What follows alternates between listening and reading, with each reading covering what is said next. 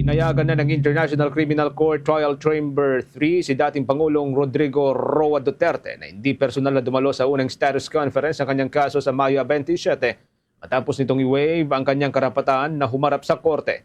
Ayon sa kampo ng dating Pangulo, ipapaubayan na niya sa kanyang legal team ang pagtalakay sa mga procedural matter na kabilang sa agenda ng pagdinig.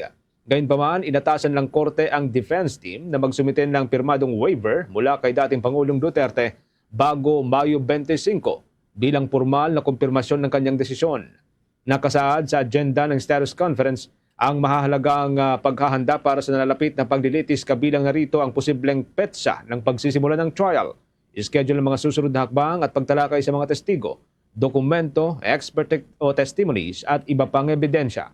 Pag-uusapan din ang mga usapin sa witness protection, paggamit ng mga naunang testimonya, language at interpretation requirement at partisipasyon ng mga biktima sa proseso.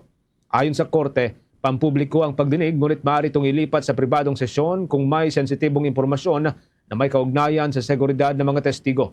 Samantala, haharap si dating Pangulong Duterte sa paglilitis matapos ng pagtibayan ng pre-trial chamber ang mga kasong crimes against humanity na may kaugnayan sa mga pagpaslang na iniuugnay sa kampanya kontra illegal na droga noong kanyang nakalipas na administrasyon.